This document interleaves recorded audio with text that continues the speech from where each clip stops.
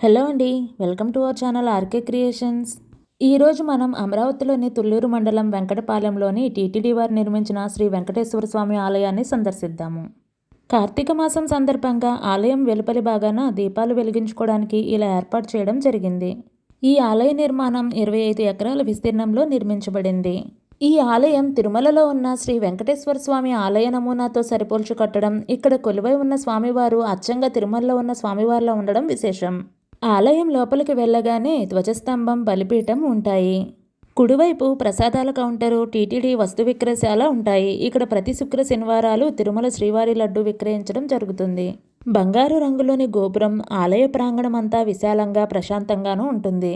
140 కోట్ల బడ్జెట్ అంచనాతో తిరుమల నమూనాతో మాడవీధులు, కళ్యాణ మండపం, అద్దాల మండపం, బాహ్య ప్రాకారాలు, అంతర ప్రాకారాలు, ఇంకా 7 అడుగుల రాజగోపురం, 5 అంతస్తుల రాజగోపురం, గర్భగుడి, ఆర్జిత సేవా మండపాలు, రథమండపం, పుష్కరిణి, ఆంజనేయ స్వామి వారి దేవాలయం ఇవన్నీ నిర్మించాలనుకోవడం జరిగింది.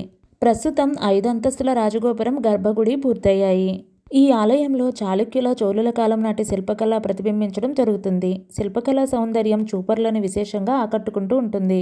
గర్భగుడి ముందు జయ విజయుల విగ్రహాలు ఉంటాయి.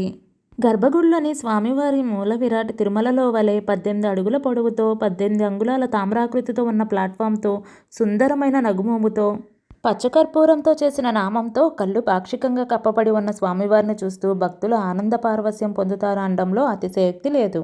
మీరు కూడా స్వామివారిని దర్శించి స్వామివారి యొక్క కృపా కటాక్షాలు పొందగలరు. ఇలాంటి మరిన్ని వీడియోల కోసం మా ఛానల్ను సబ్స్క్రైబ్ చేసుకోండి. ఓం నమో వెంకటేశాయ. సర్వేజన సుఖినో భవంతు.